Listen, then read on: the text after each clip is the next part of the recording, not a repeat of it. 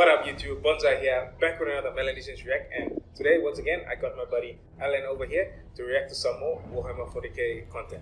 So yeah, last week we put out a video where Allan reacted to every single Space Marine Legion, and that was done by Ricky, and yeah, you enjoyed doing that one?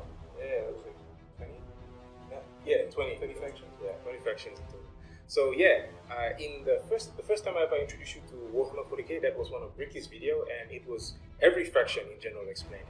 And you mentioned that your two favorite factions were the Astartes and the Necrons. So we've already done diving into the Astartes a bit, and now it's one that's kind of along the lines of the Necrons, and that's going to be the history of the entire Warhammer universe, as told by Trazyn the Infinite, which is one of my personal favorites.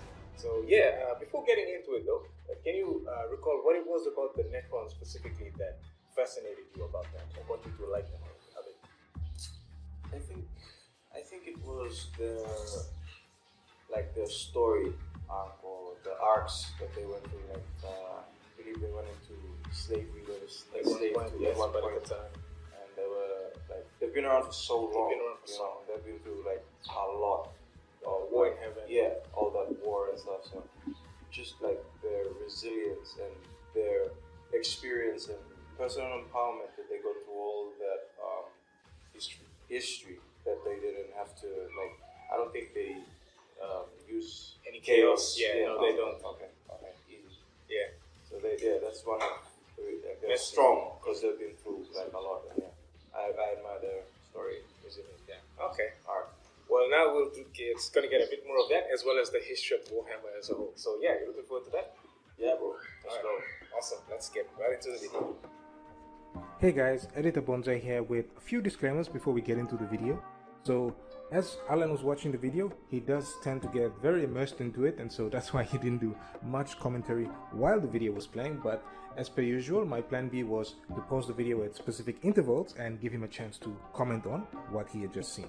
So the first video is going to feature the early part of the 40k universe, the War in Heaven, and end right around the time where humanity comes in. The second part will take on from the rise of humanity right on to the downfall of humanity and the downfall of the Eldar. So right before the Emperor comes in, that's where we'll take a break for the second video. And the final video will go from the last half of the video, from the 30k history right on to the present day and end of the video there. So yeah, those are going to be the three separate videos that I'm going to make out of this.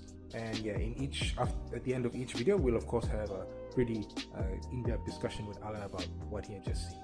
So yeah, with that disclaimer out of the way, let's get right into the video.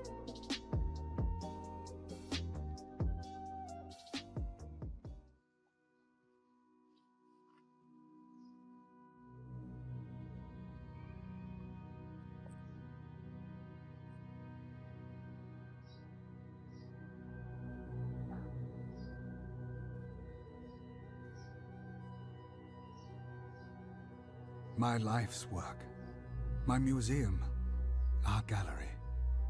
Within these halls sits the galaxy's most comprehensive collection of artifacts in existence. I have spent my long years cataloging the entire culture of all the beings I could, from the dawn of time to the present day. Within these halls are libraries, containing the last known words of countless races who have been cast to the harsh, uncaring winds of time. Truth be told, there are more galleries in my museum than a mortal could wish to visit in several lifetimes. Each hall is dedicated to a great empire and their achievements, but also their faults and inevitable demise. The history of the universe is filled with such empires, their names forever carved on the steel of time. There are others who accomplished little with their gift of life, their existences being short, painful, blighted tales. The tales of history are only reserved for those who earn the right to write them. I will show the halls of my library to guide you on the story of all of time. As we start from the dawn of all existence. Voiceover is pretty good. The history of the universe. It's an in-law character. As told by Trazyn the Infinite. Density, temperature,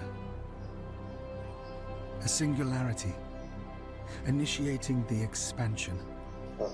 Primordial gas and cosmic dust sent into eternity to become everything we know or ever will.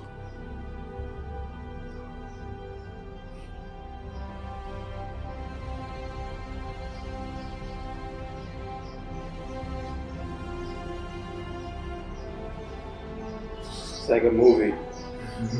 Documentary. Gravity is the key to it all. Gravity birthed the stars. It connects the galaxies, guiding them in motion to their inevitable orbits. That haunting cosmic ballet played out over infinite millennia, forever churning in the restless flow of time, locked in the embrace of gravitational unity. Vast ages of time pass. Ancient evolution forms in the stars. Gravity guides worlds beyond count into existence.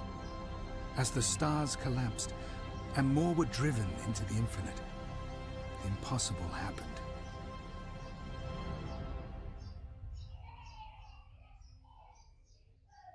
The first true life in the universe emerged, victorious, in an arms race of evolutionary barbarism.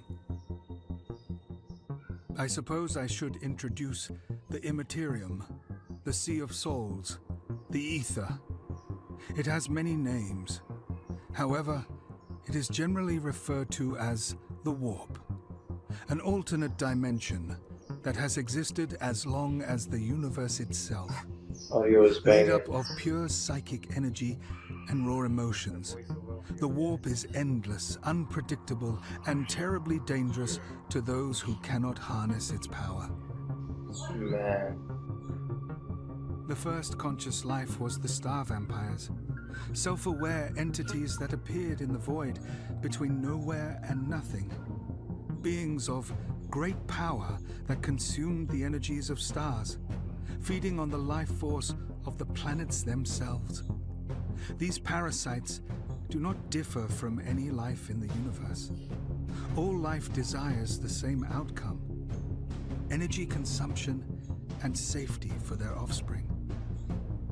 They would, with time, be known as the Catan. Whoa. The cursed reptilian Old Ones scraped their primal forms onto the shores of worlds, long dead before even we Necrons evolved to stand upright. The first true sentient beings to cross the vast reaches of the galaxy. They were the first to climb the long trail of evolution and self-awareness. Their ceaseless advances placed them at the top of the pyramid in this galaxy. They traveled through the stars like dust travels on the breeze, and even built what younger races would call the Webway. Through the Webway, the Old Ones seeded life on hundreds of worlds. In their wake, they birthed countless untold species and cultures.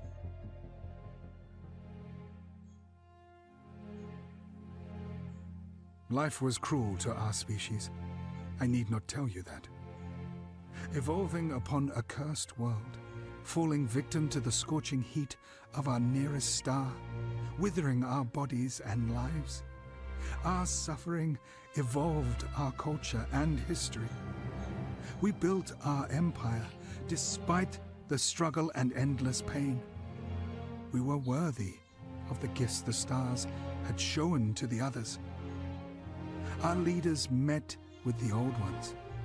We begged for the cure to death, to show us the secrets of immortality.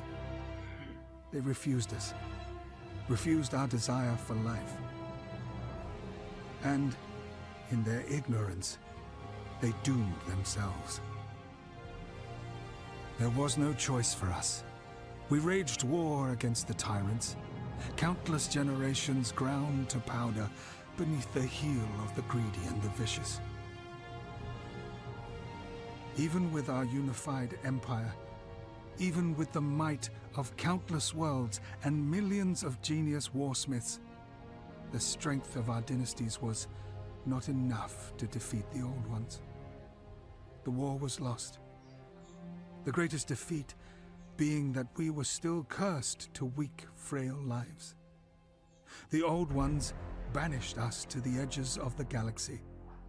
They forced us into exile on our home world.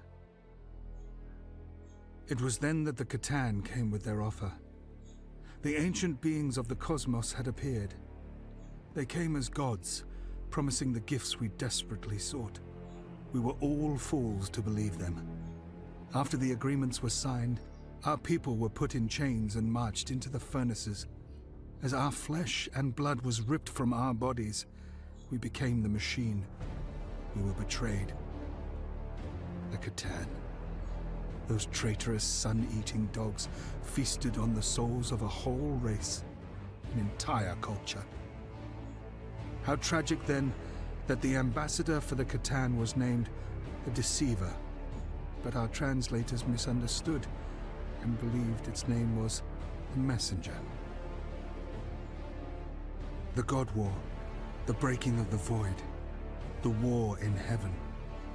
5 million years of hate and flame. Crazy. The Old Ones were driven back by the combined force of the Catan and us, their steel slaves. Wherever we Necron tread, life fades like a distant spark in a cold night. The Old Ones, those fools, they grew desperate, creating the Eldar to help them in their losing war. A race of decadent, hedonistic artists to fight steel gods.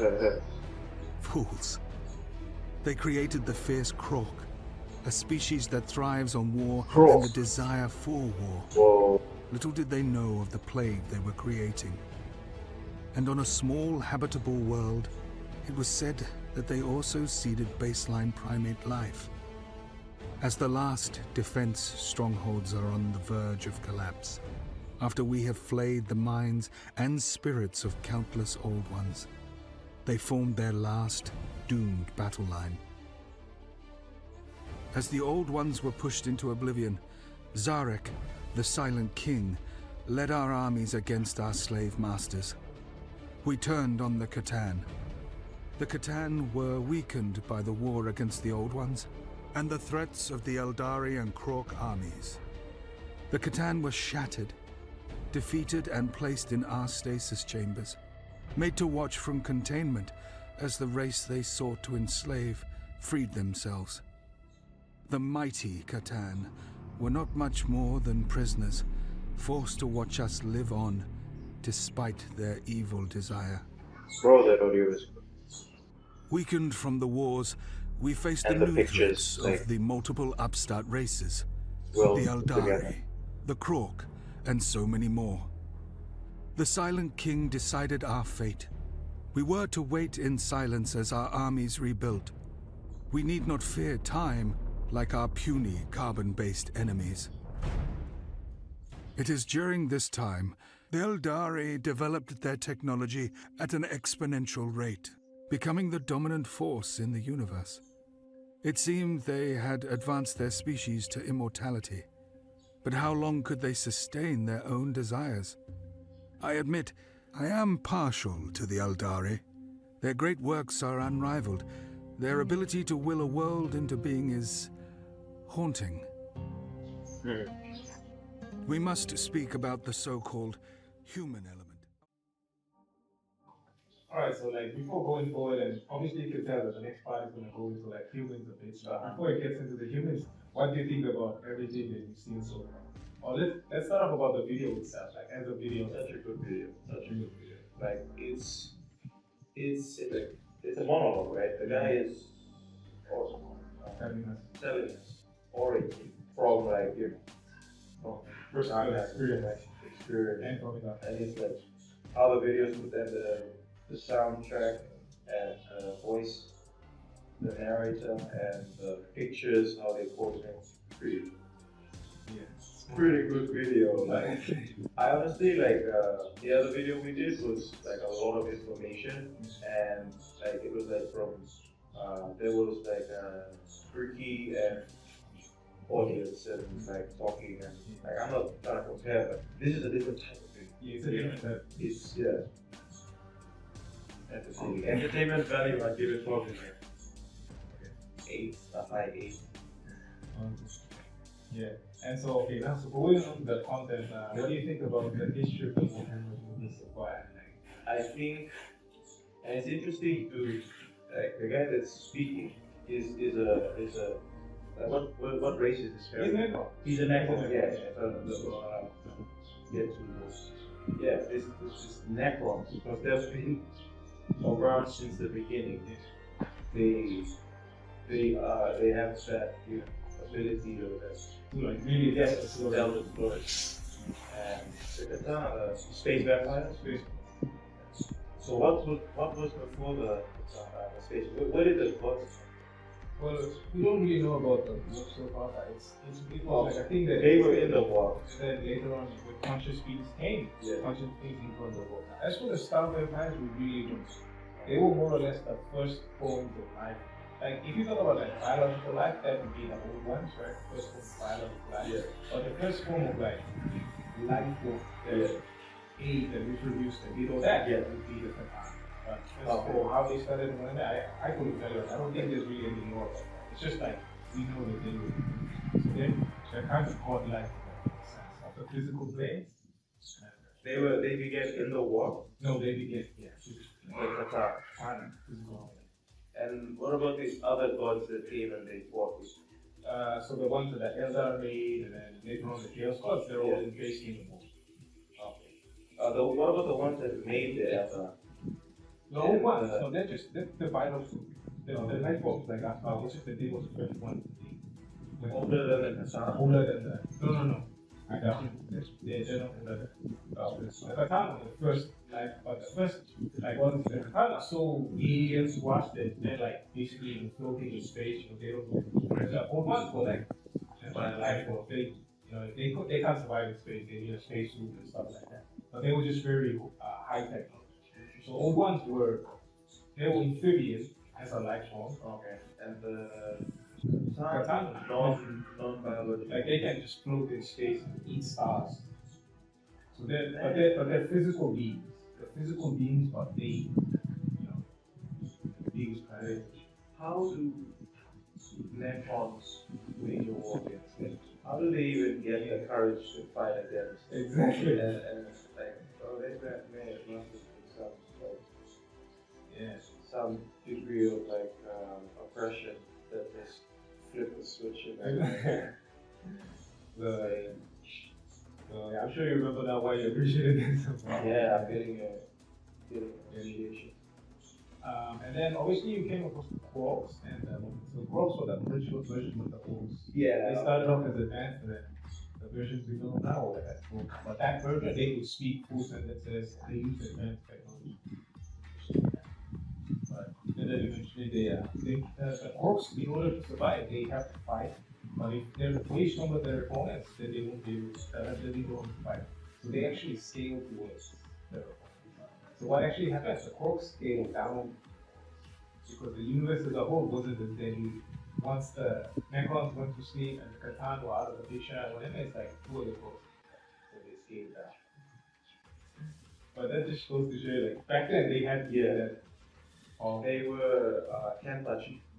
Right? Yeah, they scaled to their opponents. They had to put certain limiters on their genetic code just so they could continue fighting. That's can't touch you behavior. Yeah. I guess the only other major player that you saw would have been the Eldar. Eldar, yeah. The version of him changed. I think it's described as a decadent, what is it, magical, creative. Well, they were creative and everything at first, but then obviously they get that. Yeah. The blessed and burdened with the ability to just create things, you know. Yes. Yeah, I think they're Not very, but they're okay. yeah, they're okay.